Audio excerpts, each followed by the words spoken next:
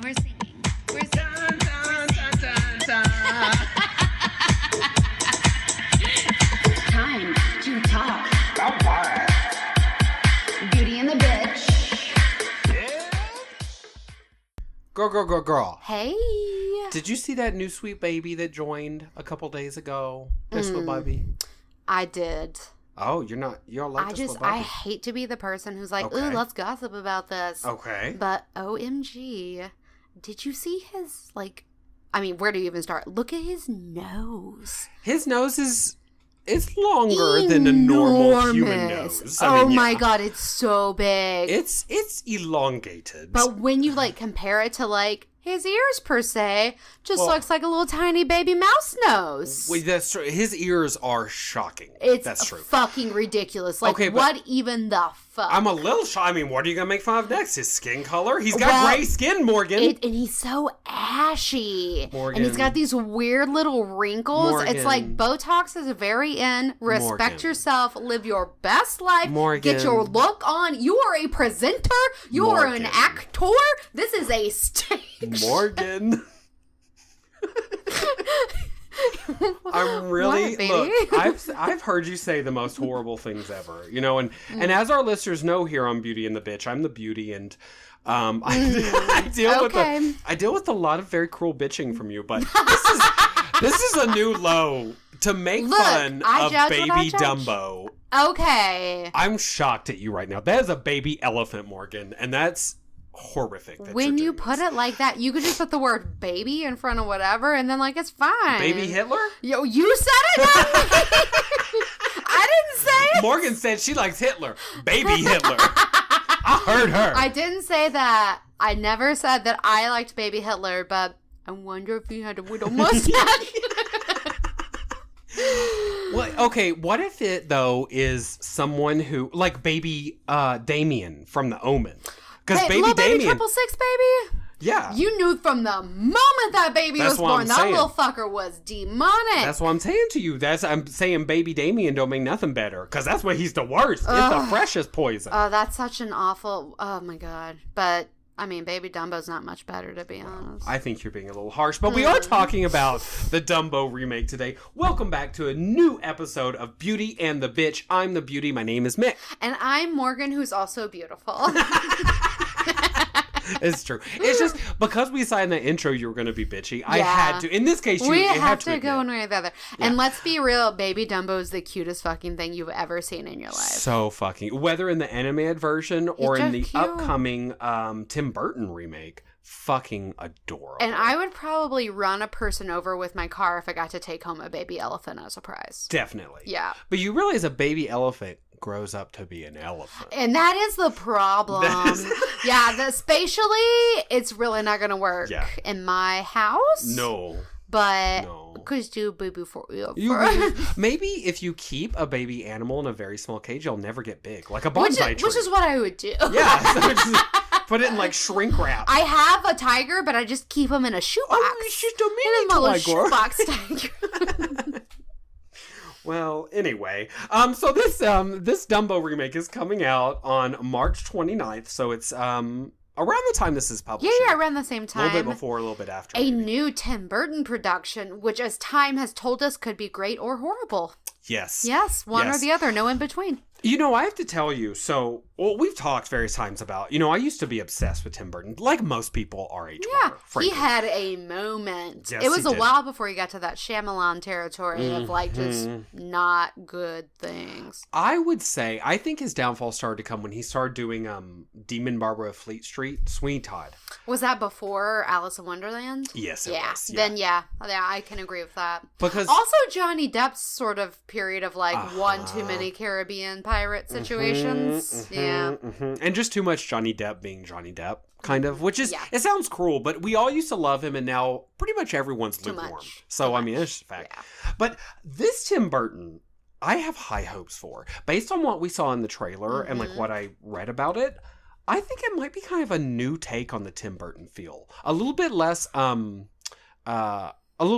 Tim Burton, and maybe a little bit more, mature like cinematography and movie making. It does look really whimsical in like a good way. Mm-hmm. And Tim Burton has always had this sort of like stylistic guide that's somewhat like sideshowy, which is like fascinating because this is like such an opportunity to feature like a sideshow, but like perhaps not so much in this film. Maybe he's like taking a fresh perspective. Yeah, exactly. Yeah, I don't mean like his cinematography wasn't mature 20 years ago, because he's a genius. But you're right. Like, if he had done this movie 10 to 15 years ago, it would have only been about the over the top. stuff. Yeah, it would have been ridiculous. It all would have been that color palette, Mm-hmm. The Tim Burton color palette.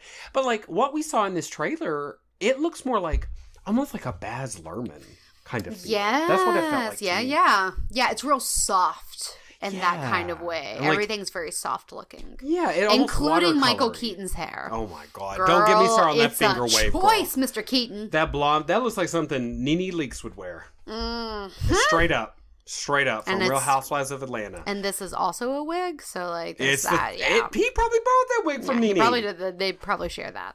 I don't think she would allow that, actually. So we're going to talk a bit about the original. We're going to talk a bit about the remake. But Morgie, first off, I wanted to know, because this is strangely a topic we've never covered as friends in our 16 decades of friendship. Do you like the circus? Did you go to the circus as a child? Like, what's your circus life?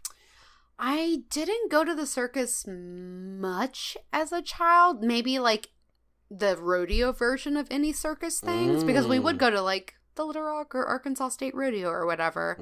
I personally can't recall a time of going to like a traveling like Barnum and Bailey thing or like a Ringling Brothers. I may have done it, but there are no memories that come to mind.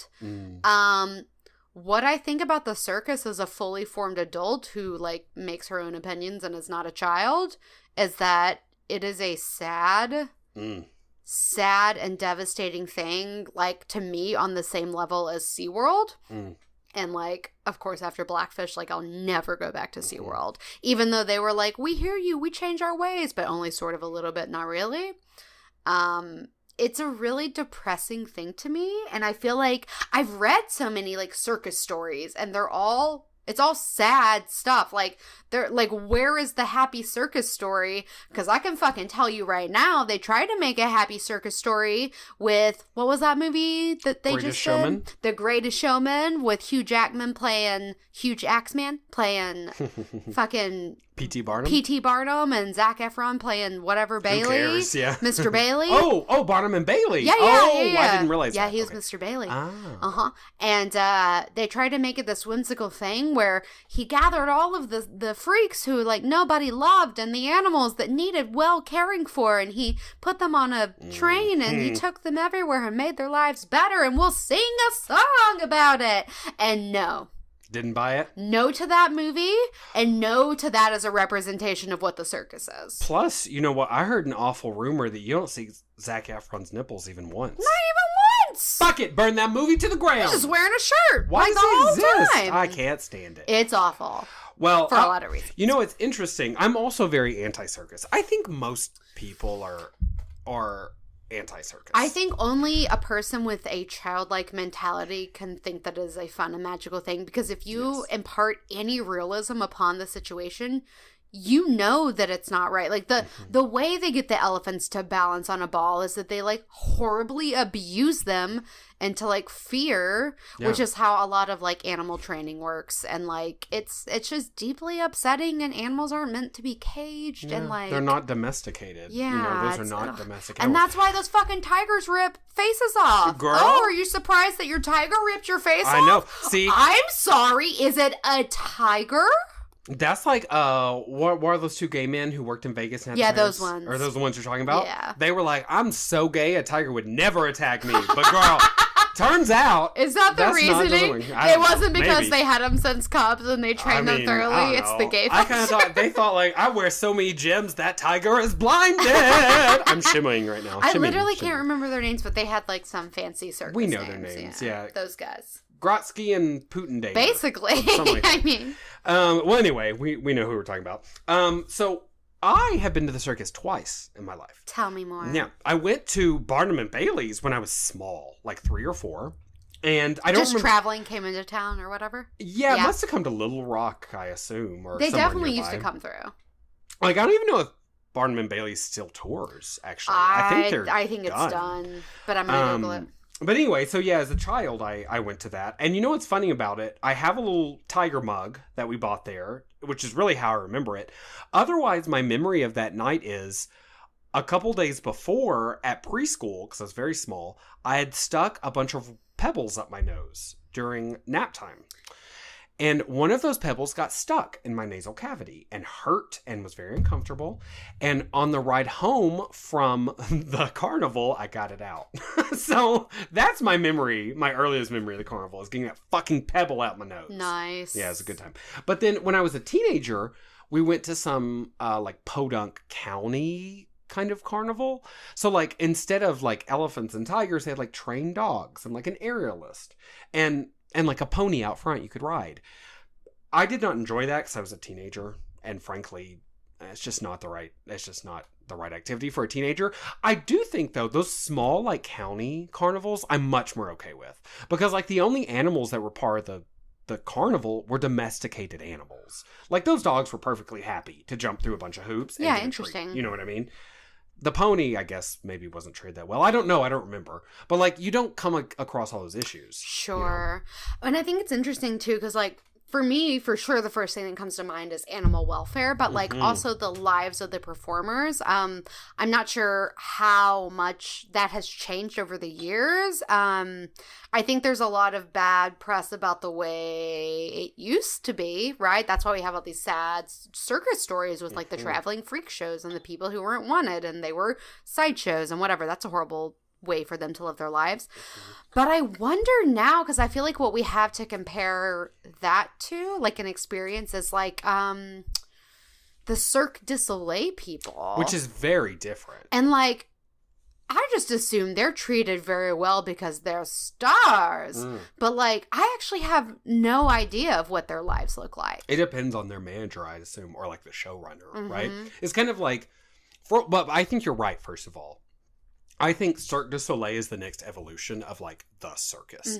There are no animals. You don't have to worry about animal cruelty. And these people, as you say, are not, like, sad outcasts and drug addicts who can't find any other way to live in our society. They're, like, huge stars. They're all gorgeous. Stars. They're athletes. They can do amazing things. They do bananas things. And you can tell they got money. They work with celebrities. Artsy. It's much more artsy. So I think my feeling is there may always be little county circuses. I don't know. But I think Cirque du Soleil is what has replaced the circus. And I ain't mad. I'm not mad a bit. I think it's way better, actually. Plus, I'd rather be in air conditioning in some old dusty-ass tent. Girl, eating that's stale-ass for popcorn. Watching people beat elephants. Oh, yeah, so sad. Yeah, and then sucking off 14 or 15 carnies in the back. I mean, I like and that was that's a lot. Optional. Yes. That was an optional experience. Yeah, it was optional. It was optional. Yeah. Okay, so, Morgie, have you seen the original Dumbo? I have, and it has been nigh on a few decades, I believe. Oh. It's been a long time, but I have seen it. And you're 42 this year. Okay. I'm just checking. I thought. I'm not 42 till next year. Oh, okay. My bad. It's been a long time, but I have like friends with kids, so I've seen pieces of it in more recent times, not a whole viewing. And then I hear firsthand parent experiences from my friends who are like, my fucking kid loves Dumbo and it's so sad and I have to watch it 4 million times. Which is why I would tell that kid that DVD got broken. And if they were like, Mommy, we stream it on Amazon, I would tell them Amazon doesn't exist. Yeah. Because I'm going to be a great mom. Amazon's a giant monopoly bent on ruling the world and ruining your future. Which is honestly how you should set their expectations up. Yeah, I think, Be honest with your children, parents out there. Next coming decades, girl, that's the new villain. Okay, so when the parents are saying their kids love it, are there any parts they pull out as like the kids' favorite parts? That conversation you've had? Or like... I bet they really like that Dumbo flies. I feel like Dumbo flying is a really cool experience because it's like, oh, but he's an elephant. How does he do it? And I bet, I don't know, like, do kids like to be sad? Because, like, every fucking Disney movie is like, their mom died, their dad died, their grandparents died. They got taken up on a big balloon and they're gone forever. You know, it's interesting. That is a really fascinating question, actually, because my initial gut reaction was like, no. As a kid, I did not like being sad. But then I think back, it's not so much I liked being sad as a child, but like, for example, Land Before Time was my favorite movie. I loved that whole movie, and I loved everything about it. And I always cried so hard when the mom died. But maybe that was why it was my favorite. Now that because it brought a range of emotion out in me.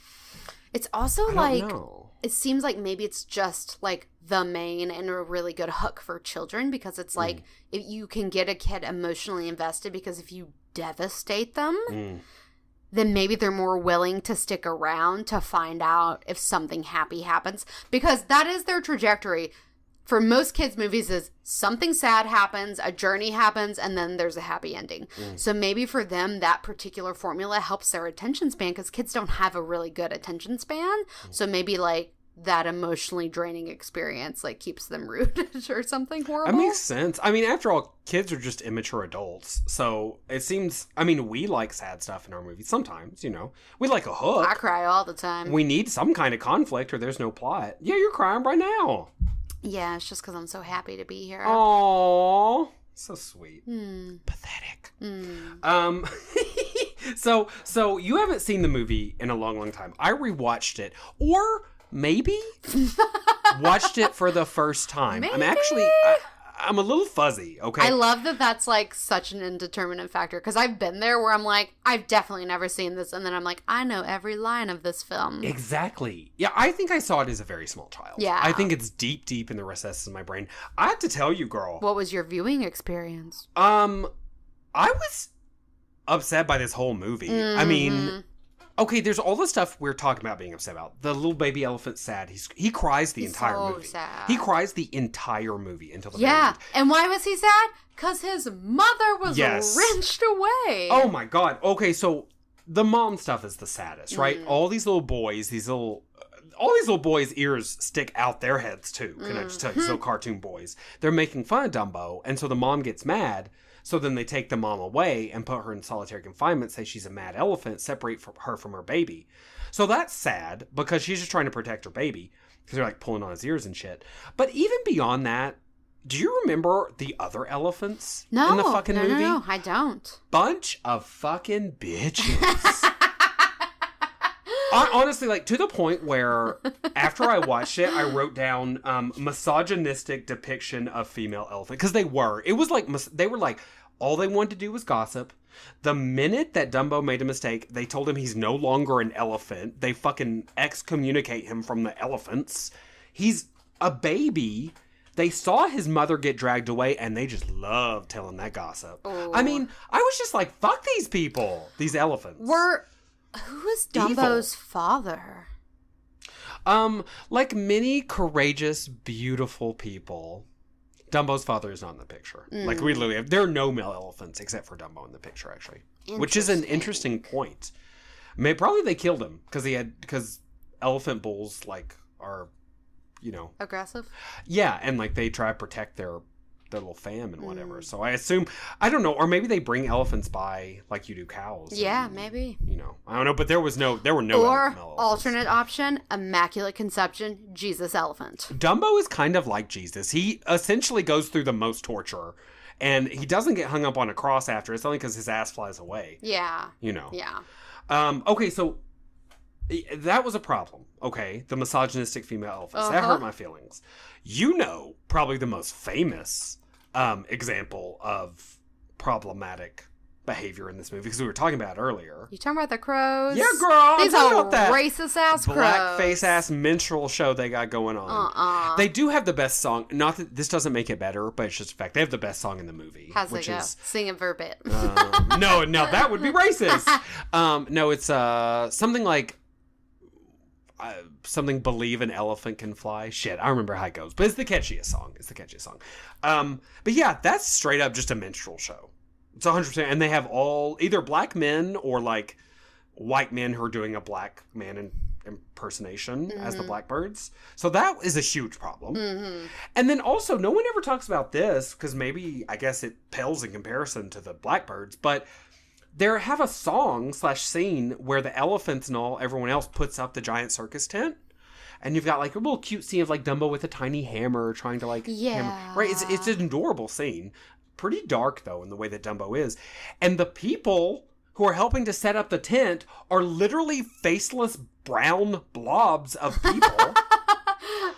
Like, if they were faceless, like, they literally have no faces. They were faceless. If they were brown people and white people and black, you know, if it was like a mix, it wouldn't be a problem. But they're all the same shade of brown, which is not Caucasian tan at all.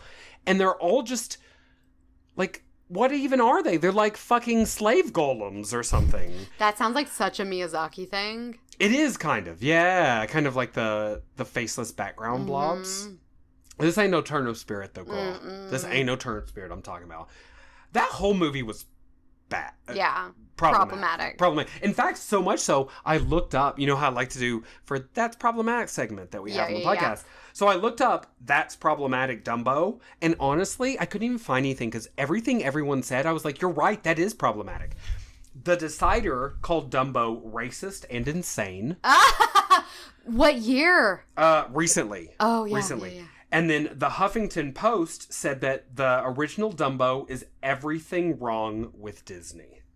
Girl. So I don't even have like a funny one, because I couldn't find anything I thought was ridiculous. Because it's just accurate. I just think it is problematic. Yeah. Well, which begs the question, like, to me it begs the question, why remake something or like make a new addition to a thing that's very problematic? And then the other part is that there's things you have to do differently, because you cannot repeat those problems. So, like, how much will it be true to the original story? Or is it going to be a whimsical, like, new version? Well, that's something we saw, you know, we just watched the trailer here. And something we saw in the trailer, he's flying from more or less the beginning of the movie. Yep. So it seems like this is not really a remake. It's based upon the original, because it takes place chronologically after the original. Because he flies at the very end of the original, right? And there's like a happy ending, tacked on, unrealistic happy ending. So it seems like it could be completely different. Like, almost I feel like I can't judge what this Burton movie is going to be based on the original. All we know is that there's a flying elephant. Because, like, did you see some of the people that are in this cast? It's like a all-star cast. It's a very big cast. And Disney's good at that, because they have the fucking money to pay for those people, but it does not ensure that it will be good. Oh, no. Well, Colin Farrell is more or less the protagonist, and I am very iffy about Colin Farrell. You know. He's not one of my favorites. Same. Yeah, he's not that great. But then they have a Michael Keaton. And generally, Michael Keaton's a sweetheart. He hasn't really done much in recent years that people haven't been happy with. I mean, he's out there winning Oscars and, like, living his life. And he's a longtime Burton collaborator, yes, too. I forget that. From the Batman days. Beetlejuice and, Hell yeah. All that. And then Danny DeVito is also in there. Also from the Batman days. Another Burton collaborator, for sure. I love Danny DeVito. It seems like he's playing the same role in this movie that he played in Big Fish all those years ago. I feel like Danny DeVito has like 4 avenues of things he can do well, and like we should just cast him in those, and that's what we're doing, so it's fine. So what? He's like drunken, pill-ridden bar owner. He does that really well. Philadelphia. Angry, horrible father is a role that he plays well. Like his Matilda era dad phase. Used car salesman ties up into that nicely too. Yeah. And then Carnival Barker. And then I think like a fourth option is like whimsical side character in like things with like weirdly different people. Like any movie he's made with Arnold Schwarzenegger, he makes a whimsical sidekick. Like that's a weird choice. Totally. Yeah. Well, soon he's going to be the male protagonist. It's going to be a love story. And you're going to get to see him fully naked. Finally, Morgan. You've been waiting I'm so upset right now. Yeah. And let's see, what was it, a decade ago that you hunted him down in Hollywood and licked his sweaty balls, correct? No, I think it was last week. Oh, that was last week? Time no flies. Wonder you have sweaty ball breath. Yeah, that's why. Oh, I'm upset. I'm very upset. You know, before they cast Colin Farrell, did you read who they considered? No, tell me. They offered it to these 3 men. They all turned it down. Shit. Will Smith. Okay, well, he was busy being a blue genie. So he could go on to star as the genie in Aladdin. That's maybe a choice. A mistake. Yes, maybe a mistake. Chris Pine. Okay. I was thinking, coming off of what, A Wrinkle in Time. Because he played the father. Yeah. I'm kind of like, okay, so Chris Pine is a father now. I guess that's weird. Just what it is. He's a total dilf. And this one I think is crazy. Casey Affleck. No, that's problematic. Yes, they offered this role to Casey Affleck in a children's film. I know. Is this a children's film? Yes, I think so. Yeah. I think so because the two main kids, Thandie Newton's kid, Nico Parker, is one of the main kids. Oh, and forgive me, I don't remember the other one, but I think I said earlier, Colin Farrell's the protagonist. He's like the dad. I don't know how much of the protagonist he's going to be. It seems like the kids are a really big part. Right. Because they, love Dumbo, from what I can pick up. Because Dumbo's cute as hell. I mean, he's cute as fuck. Oh, have we even talked about did we talk about already the fact that none of the animals are talking? No! Oh, God. Well, that's huge. There ain't no talking mouse. There ain't no talking bitchy elephants. Dumbo don't say a goddamn word.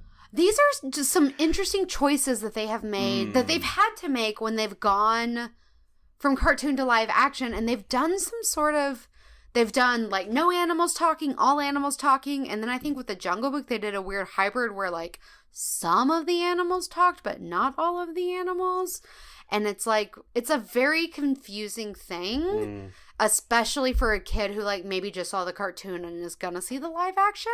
It's a pretty big change. Oh yeah.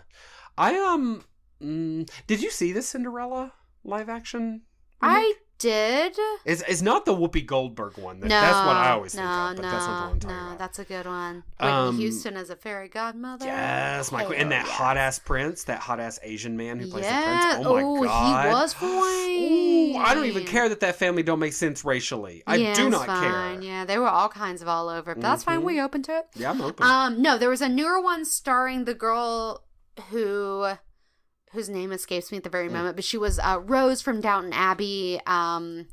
She's been Lily James. Okay. Yeah, Lily James played Cinderella, and they famously augmented her waist on the cover of all of the pictures to be even smaller. And the internet was like, but why? She's already a size 0, and you're setting unrealistic expectations for young women, because we always are. Anyways, but yeah, I saw it and I have no opinions about it and remember 0 things.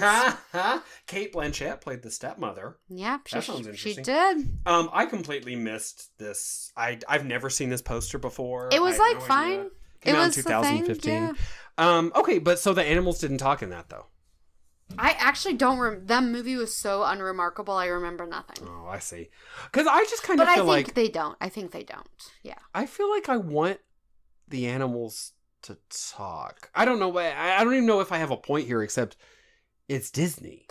Animals talk in Disney movies. That's part of the appeal. Right? I think you didn't like this movie, but that movie Enchanted that Amy Adams was in? I don't hate it. I'm just not obsessed. That was my favorite thing about that movie is that she came from this storybook world and she came to the real world and was talking to squirrels and talking to rats, and people everywhere were like, girl, that's a rat that you're talking to. And she would talk to the birds, and she looked like a crazy person because of course you would. No. But in these realities that they're constructing, there's no fucking reason that Dumbo can't talk. Yeah, why not? I mean, he hardly talks in the movie, actually, now that I think about it. He hardly talks. Because he's just a dumb baby. He's a little baby. Yeah. Mostly the mouse, Timothy Q. Mouse or whatever. Is that his name? Yeah. He does most of the talking. He's like the Jiminy Cricket character. Yeah.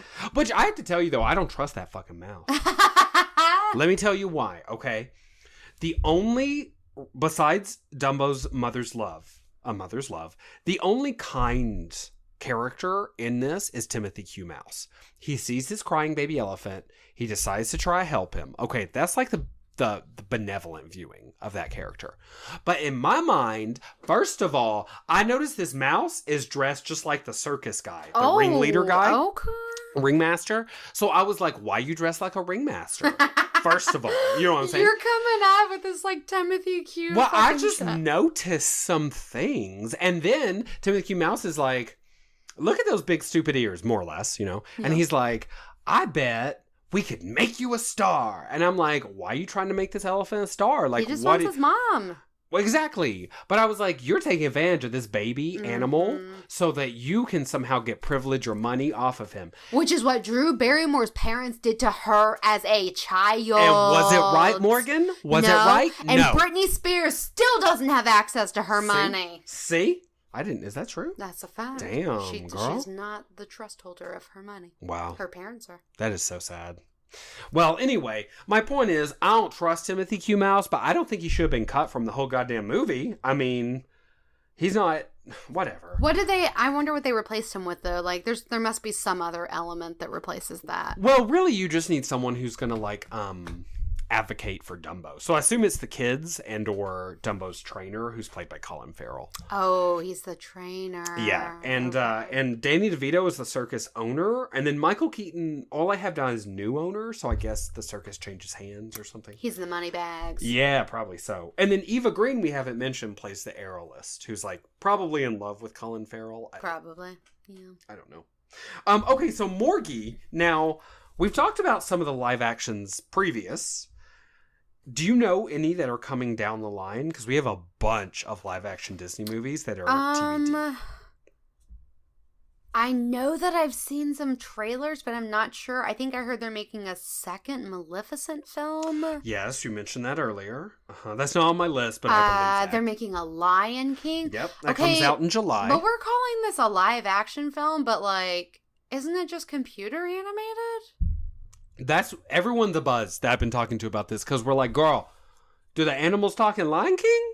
Because otherwise, what the fuck am I watching? Because there's like no people. Yeah, because you can't put people into that story. That doesn't make any sense. So they must be talking. Yeah, so it's essentially just a different kind of animation. Really. And that has a pretty big cast. And then they're doing the Aladdin that we mentioned with Will Smith as the genie. In May. Looks horrible. The first trailer looked awful. A new trailer dropped, and like some people on the internet were like, "I have faith again," but I'm like, girl, unless they change literally every aspect from that first trailer, I don't see how. I just think Will Smith is a really bad choice for the genie, personally. I think that's a bad casting choice. The, like, design of his genie is so ridiculous and, like, misproportioned, but not in, like, that whimsical cartoon way. Like, it's kind of just disturbing to look at. Yeah. Those are the only ones I can think of, though. Well, those are the ones that definitely have dates. They're coming out this year. Upcoming, so TBD, but in the near future, you've got Lady and the Tramp. Wait. You Why? heard me. Because they wanted to remake it, I guess. God, we have nothing to say. I know. We have nothing to say. We want dogs with a plate of meatballs. Like, it's so heartwarming, though. It wasn't even... It's cute in, like, that one moment, and the Siamese cats have a dope song that's pretty creepy. And racist. But also a good song. Besides that, literally, what the fuck is that movie about? I know. Okay, what else? So you got Lady and the Tramp, you got Mulan coming out 2020. Okay, I ship that. I think that's that. Because that's a movie about people, so I'm into it, you know. The Little Mermaid, TBD, but coming out at some point. No, we all as people have decided mermaids are not sexy as a real idea. Well, I think that's true. I'm interested to see real life Ursula. Because I love Ursula. Yeah. Like, I'm more interested in that because of the beauty fascinating. It's kind of like we were talking about Aquaman, and I was like, I'm not excited for this movie, but I am excited for really beautiful scenes in the sea. I'm on board with that. Will it be better than the original? Couldn't be. Little Mermaid is, like, untouchable, I think. It cannot be done. Lilo and Stitch. Oh, really? Which kind of makes me mad, because that's, like, so recent, but I'm like, whatever. Okay. I guess it's not that recent. It came out 20 years ago. We're old. Wait, what? Or like 15 years ago, right? Jesus. I don't know. You can double check my math. You know I'm not good at math. And they're doing a Cruella de Vil focused movie, which is the one I'm most excited about because I think that sounds great. Okay. But I don't think it's going to be like Maleficent. I think she's going to be because how can you make Cruella de Vil even an anti-hero? She's just a villain. Yeah. She wants to kill puppies. Skin puppies to make a pretty jacket. Yeah, and so she can chain smoke, which is fabulous. And lays about her. Like, she's fabulous, but she's bad, you know? She's bad and fabulous. So all of those are coming down the way. So, I mean, it's like, does it matter whether or not we think it's a good movie? No, because Disney's already decided they're going to poop out all these movies. I wonder what era of Cruella de Vil, like a young Cruella, and it could be like a fierce, like an Emily Blunt or something, like a really high cheekbone, like bitchy ass lady. Or are we gonna like go circa like old, like upper established Cruella, or maybe like Cruella in jail after she gets caught. Ooh, like Cruella meets Orange is the New Black. Oh dang! Or what if actually it's nothing like what we expect, and it's a traumatic story based on a real life story of a woman who gets mauled by a dog, and that's why she hates them. That's probably what it is, because it's a Disney film. The dog tears off part of her scalp, and so she gets that white. She gets that white weave. Yeah, she normally has black hair. Or the dog tears off her arms and legs, and she's got mechanical arms and legs, and that's why she's so spindly. Okay, that's Star Wars. That's Anakin Skywalker. I will skin your dog. That's my Cruella de Vil. Is it good? So basically, it's going to be one of those options for sure. I mean, so it seems like we're in the same place. Where I'm just like kind of across the board, not in favor of these real life remakes. I mean, there are some exceptions. I think The Lion King could be cool if they do it right. It's just, it could Mulan be cool. Could be great. But the risk is so great. With a movie like A Lion King, the risk is so great of it not living up to... Lion King is just like one of the greatest... It's definitely one of the greatest Disney movies Broadway ever made. Yeah. So amazing soundtrack. I get it. You want to try it out. It's risky. Maybe it'll pay off. You've got a great cast. But something like Lady and the Tramp, you are grasping at straws if you think any children are itching for a remake of Lady and the Tramp. Like, get some new fucking ideas. Like, we've had good movies. Like, let's just go back to making good movies. Yeah. Well, I think you're fooling yourself if you're making Lady in the Trap instead of Aristocats. Ooh. Which is obviously the better pet-based movie. Was that a Disney film, though? Oh, maybe not. Everybody wants to be a cat. Now imagine we're falling through the floors while I play the piano. Everybody wants to be. And the sassy white cat's like, because I'm a lady, that's why. That's why. Which is like every little girl's mantra, like forever. I think that's a Disney movie. I'm uncertain. I am too. I was never a Disney kid. I've never been a Disney kid, so I'm not really... I don't know. It feels like they don't talk about it enough. Like, if it was a Disney movie, wouldn't more people talk about it? You're probably right. Let's see. There's lots of great not Disney movies, like Anastasia. No, it is a Disney. It is. It gets came out no in 1970. love. Wait, what did? Aristocats. In what year? 1970. 2 years after you were born. Shut up! What? That is an absurd... What you're telling me right now doesn't... Look at its old No, school it cover. does not compute. I know. I thought it came out in the 90s. That does not make any sense, what you're saying. Maybe right this is now. one of those Nelson Mandela effect things. The timeline has changed. I know exactly what you're saying. I thought that Aristocats came out in the 90s. And why are you saying it like that? Aristocats. Aristocats. Yeah, but like you're... aristocrat. Yeah, but the way you're saying it is Aristocat. weird. Okay. What's wrong with it? You said Is this like when Brittany said Aristocats. Aristocat? Well, that's just because I had a lot of champagne. Brittany said hash browns. Hash brown. And everyone else says hash browns. Yeah, it's weird. It's just the way it's the emphasis supposed to be. on the wrong syllable. Okay. Anyway, so we all agree Aristocats should be made into a movie, but that's fine. Another movie. Yeah, that's dope as hell. But but we also agree, like, let's get some new source material. Yes. Like, there's no reason except that everyone's stupid and has no good ideas. And in that case, hire new people. I mean, they did come out with Frozen recently. That was, it was based on a fairy tale, like everything, but that was a new idea. But they put out like 4 fucking movies a year. I know, yeah. Like, you're right. Try harder. What about, was it Ants versus A Bug's Life? Yes. I forget who did Bug's what. Life was Pixar? Pixar, and Ants was... No, Disney Pixar, because it used to be the same thing, right? Yeah. But not anymore, I don't think. Girl, I don't know. Disney owns Fox now, right? I don't know. Fox owns Disney now? And Marvel. And Star Wars. It's conglomerate. Very confusing. It's very upsetting. Yeah, Elizabeth Warren needs to get up there and break up that monopoly. Hello, goodbye. You own too many things. Okay, Queen. What time are we at, sweet baby? Oh, girl, we have 40 minutes. Oh, we're doing good. We're good. We haven't mentioned yet that Danny Elfman is doing all the music. Ah, classic. Love Danny Elfman. Yeah. Why? To me, Danny Elfman is so important to the Burton effect. Yes. You know? Yes. Because he always works with Danny Elfman. Pretty much every Tim Burton movie, Danny Elfman does the score. Yep. Most famously, probably Nightmare Before Christmas and Coraline and Corpse Bride. But yeah, all the time. So I'm excited for that music.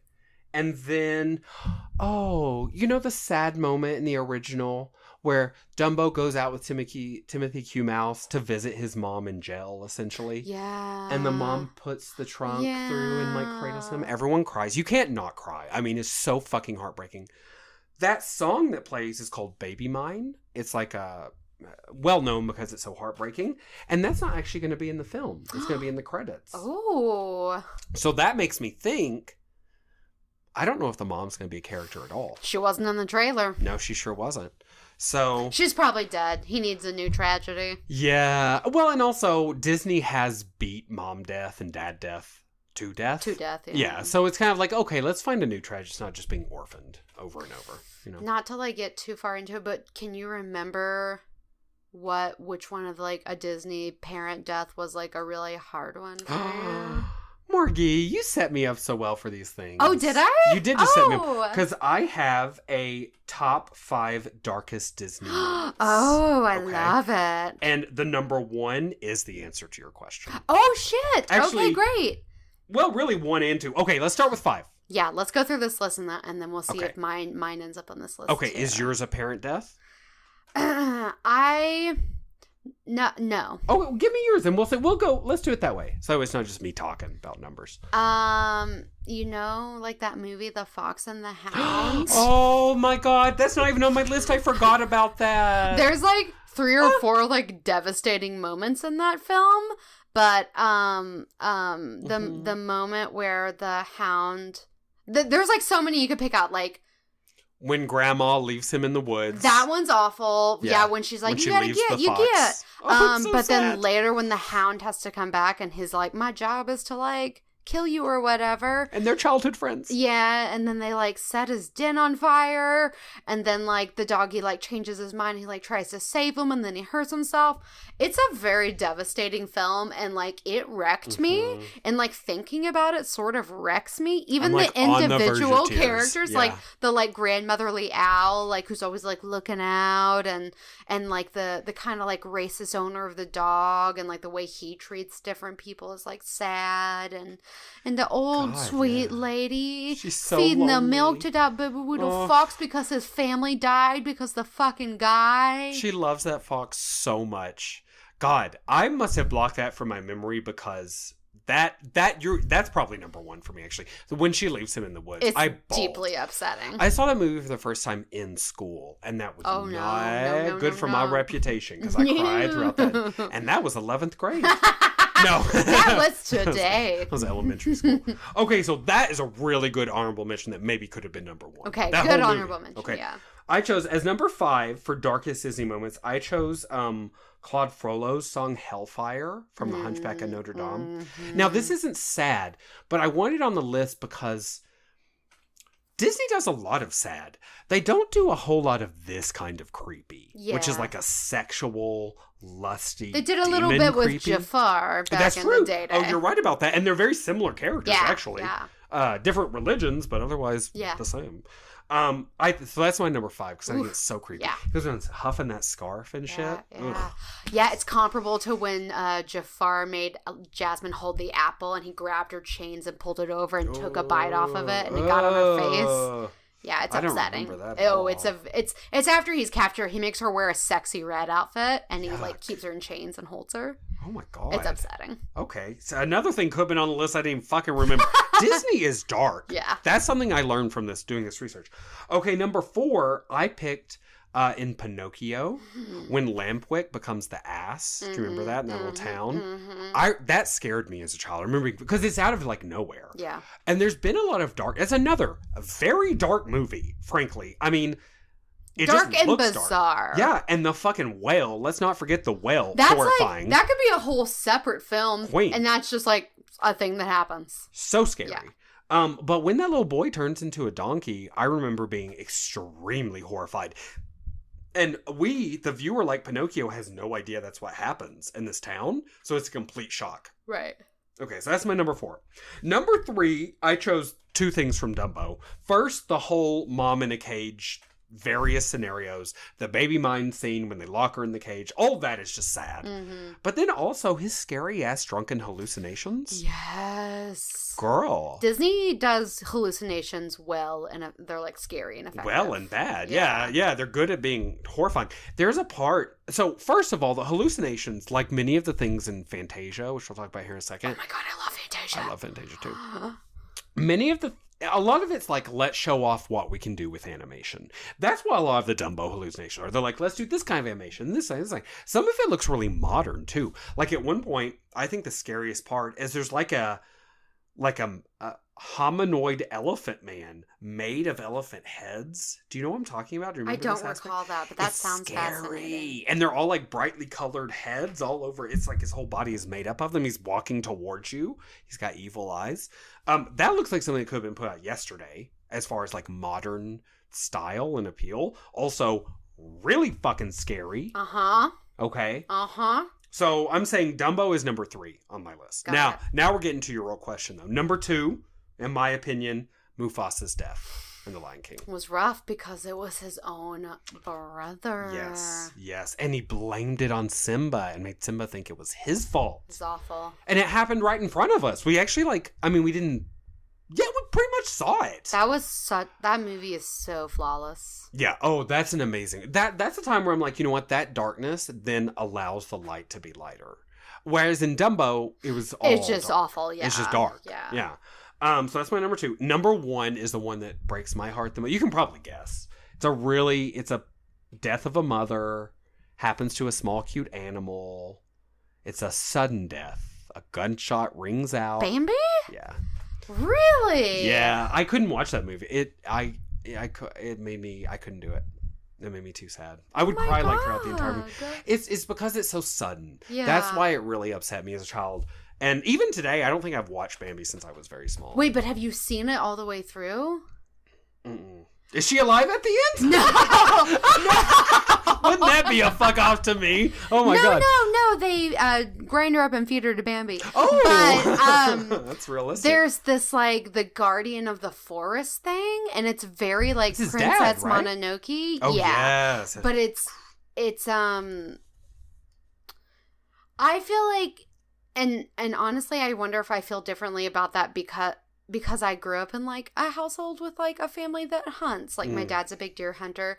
Like, I find things about Bambi deeply upsetting, and, like, I'm such an empathetic person that, like, that's why I am not a deer hunter and do not partake. Like, I can't do that, and I find the movie very effective in pulling you towards that way, but I feel like there's also things throughout the movie that make you, they give this whole, like, cyclical, like, nature vibes, like, yes, Bambi's mother died and, like, tragedy happens in the forest, but, like, the forest catches on fire at one point. I remember and, that. That's down. Scary, too. Yeah, but, like, all of that is, like, also necessary parts of, like, the cycle of life in a forest, especially fire. Like, fire is such a, like, important part of, like, growth and rebirth. So, anyways, I feel like there's also, like, some good symbolism that, like, brings it back around. But it's deeply upsetting. As an adult, and they just come right for it, right? Just immediately she's dead. Yeah, and I think that's another reason it upset me as a child so much, is because it's in, like, the first 10 minutes or something. And he's so lost and scared. Yeah, he's so alone, and you know. he's just a baby. Yeah. Now, were one of those yours? The one that you thought was the most upsetting parent death? I think Mufasa's one of the more upsetting ones. Yeah. Personally, and I think not that, like, the animal ones are more effective, but in a lot of the films, the way they treat, like, the death of, like, or, like, cartoon mothers or, like, fathers or whatever happens, you don't experience it. Yeah, it's like just Cinderella's like, I'm an orphan already. Yeah, you're just like an orphan, and it's just like a fact of life. But in the animal films, they really get down into it. You meet those beautiful animals, then you watch them die. Yeah. You know what? I did have one honorable mention, too, because we mentioned Fantasia. Yes, tell me more. Night on Bald Mountain. At the end of Fantasia, where all the witches and the monsters come, and then the devil, like, mountain opens up his wings. Like, that's extremely scary for a child, I think. I loved it. Fantasia's a terrifying set of, like, images. It's, like, not a film. It's a terrifying set of images that are, like, beautiful in a lot of ways, and fascinating. And I watched that movie probably too many times as a kid, because it was one of the ones we had on VHS, so I saw it a lot. And then I watched it again in college when I was, like, really high. And I was going to say on drugs is the best way to watch. And I was like, what even was I exposed to? Like, no parent was monitoring the intake of this information into my psyche. And, like, I felt, like, affected by it. It's a very dark movie. All these early Disney movies, I mean, Snow White, Pinocchio, Fantasia, and then Dumbo. Those are the first 4 Disney movies. Oh, wait. Say that one more time? Snow White. That was like the first one? Pinocchio, Fantasia, Dumbo. All of those are dark. All of those are dark. Yeah, I didn't know Fantasia was so early on. So they just had... And Dumbo was in 1941, so I assume it was in the late 30s. But yeah, they just had a very dark sensibility. I guess, I don't know. I just wasn't enough of a Disney kid to understand how dark the bulk of the Disney movie. I don't think of them as dark, but a lot of them really are, especially the earlier ones. Oh, yeah. So. Yeah, I think the ones today, like, they still have tragedy and, like, stuff. Like, a lot of times the kids are still orphans because whatever. But, like, there's, like, a more whimsical journey or whatever. Like, somehow it is lighter. Well, I don't know, though. I mean, think about Tangled. That girl has fucking been kidnapped. Her life was fucked. I haven't seen that movie, but it was also really funny. Like, they infuse a lot of humor into things. That's another thing. They did not do humor in these movies. No. There ain't nothing funny in Snow White, honey. Pinocchio is not a barrel laugh. Fantasia, I mean, you could laugh, but you shouldn't. I mean, there's none real. Humor, I guess the mouse part. But. Humor came, like, maybe in the, like, Lion King era. Like, whatever. That's sort of, like, the dawn of modern Disney. Because Lion King was funny. We had, like, Timon and Pumbaa. Yeah, because Bambi's not funny either. No. Aristocats is funny, though, and that came out in 1970. I'm a lady. And Lady and the Tramp is pretty funny, isn't it? I don't remember. Is it? Is it? Like, maybe it's not. There's, like, no fucking storyline. Why is this movie being made? I do not understand. Well, anyway. So, Morgan, are you going to be in line to go see Dumbo the day it comes out? Oh, I would, but I just don't want to. You hate baby elephants. I do. That was the reason. Yeah. I also am not going to go see it. That's because I'm a hermit and don't leave my house. I mean, I will watch it only if it's for free streaming. I wouldn't pay to rent it either. I probably wouldn't even watch it for free, to be honest. It doesn't have a talking... It's just going to be like a family drama with a cute baby elephant. I can see what's coming and... No thanks. Also, I feel like some of the songs that we create for newer Disney films are like bangers, right? Like Let It Go, it's a banger. But then like the majority of the songs are just like boring and not that good and like most of the Disney movies we see these days. And that's different because back in like Little Mermaid, Lion King days, every song slapped on that album. Every single song. So I really think we need to step that situation. Including the instrumental, like when Ariel was swimming from the palace out to her ding. Yeah, no, I agree. So maybe we just need to contract Lin-Manuel to like work on more Disney films and maybe we'll be okay. And Elton John. And Cher. We need to get Cher in there. And Madonna. Take my money. And Christina Aguilera. Okay, you've gone too far. And... But she did have a track on Mulan. It was good. Oh, shit. What's that? All I can think is Mad Eye Moody. She was part of TLC, and she died. She passed away. Lisa Left Eye Lopez. Lisa Left Eye. Mad Eye Moody. Oh, no. Anyway, whatever. All right. He can perform with Tupac and all them. Okay, do you have a plug for this week, my sweet baby? Oh, I literally hadn't thought about it, but I could plug something else that's dark. Okay. Something your dark future and dangerous. Your past. Your present. I have been doing South by Southwest, and I just saw the world premiere of Us. jealous. Jordan Peele's new film. So jealous. It What'd you was think? fantastic. Yeah. So, like, the one request he had was, like, no spoilers, y'all. So, like, without spoiling anything, it was in a similar vein as Get Out, where it's like a real thinker. It's a real think piece of a horror film. It had really great comic relief, also in the vein of Get Out. The family was really believable as a unit. I really liked them together. All the acting was fantastic. There were moments it was a little gory. There were moments where it was much less scary than anticipated. But there were always moments where I always wanted to see what happened next. Awesome. Yeah. Awesome. I'm so jealous you got to see it. It was really So cool. you recommend it wholeheartedly. Yeah. I mean, I think if you like Get Out, you would like Us.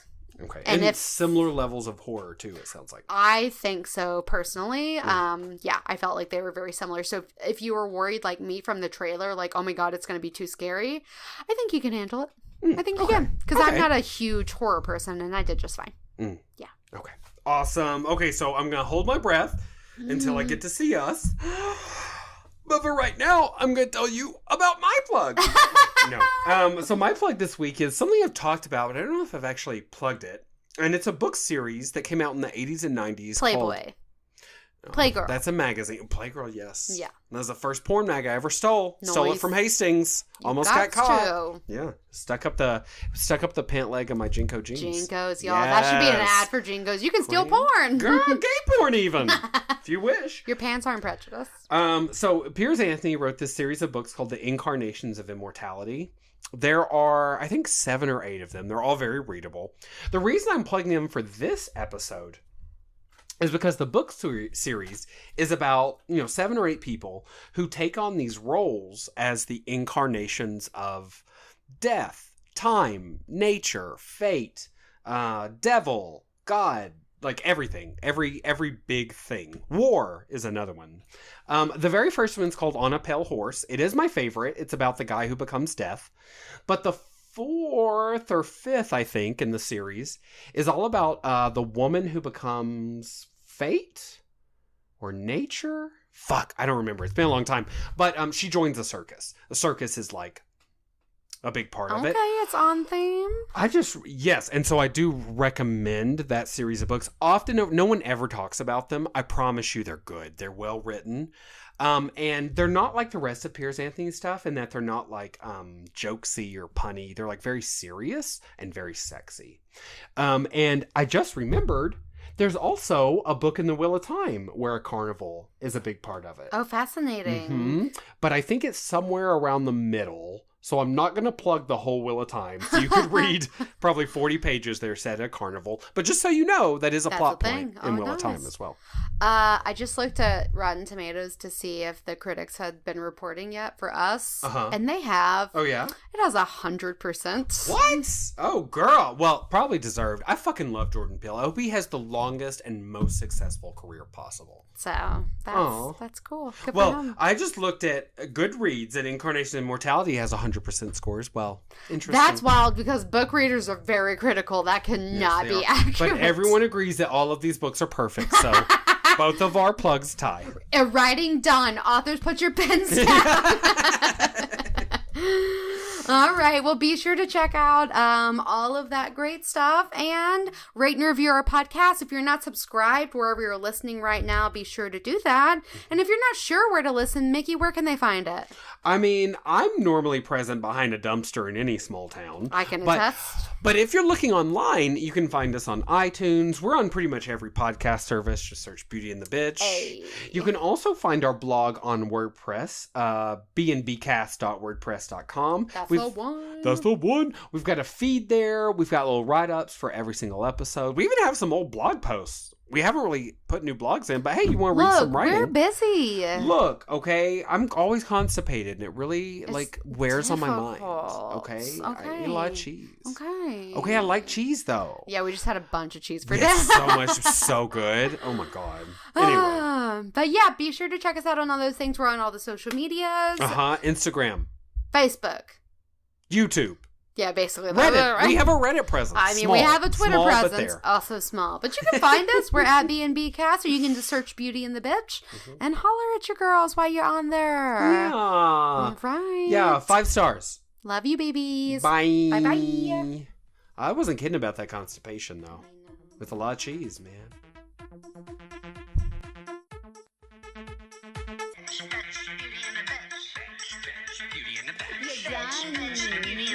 Do you have a home? Beauty in the Bitch. You look bitch. Beauty in the Bitch. Beauty in the Bitch. Bitch, bitch, bitch, bitch.